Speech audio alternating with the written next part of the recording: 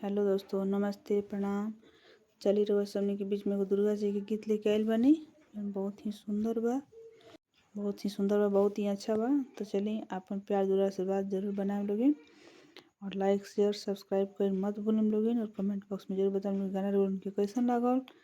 ना अच्छा लगी तो भी कमेंट करें लोगे। चलिए रोल उनके हम एगो दुर्गा जी के गीत सुना देता नहीं, बहुत ही यूनिक, बहुत ही सुंदर बा। सवार सवार महारानी सिंहों पे हो गई सवार। सवार सवार मेरी मैया सिंहों पे हो के सवार। सिंह चढ़ल मैया हो गई थी, सिंह चढ़ल मैया हो गई थी। दयाल दयाल महारानी राही पे हो गई दयाल। सवार सवार मेरी मैया सिंहों पे हो के सवार।